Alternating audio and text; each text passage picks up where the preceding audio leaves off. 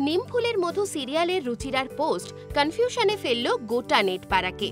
জি বাংলার জনপ্রিয় ধারাবাহিক নিমফুলের মধুর একটি চরিত্র রুচিরা, তাতে অভিনয় করতে দেখা যায় সৌমি চক্রবর্তীকে।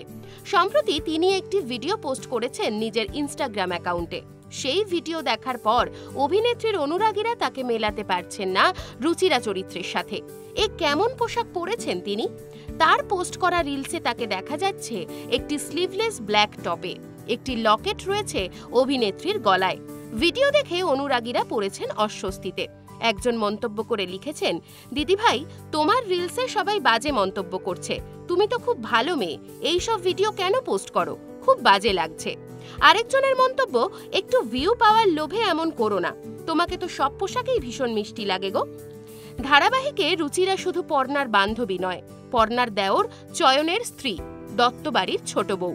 ধারাবাহিকে শাড়ি বা সালোয়ারেই দেখা যায় তাকে। প্রতিবাদী মিষ্টি স্বভাবের পর্ণার জা ও বান্ধবী হিসেবে দর্শকের মনে জায়গা করে নিয়েছেন অভিনেত্রী। আর সেই ভালো মেয়ে ইমেজের কারণেই তিনি আজ সমালোচিত। এই রকম আরও নতুন নতুন ভিডিও পেতে নজর রাখুন আমাদের চ্যানেলে। পাশে থাকা বেল আইকনটি ক্লিক করতে ভুলবেন না।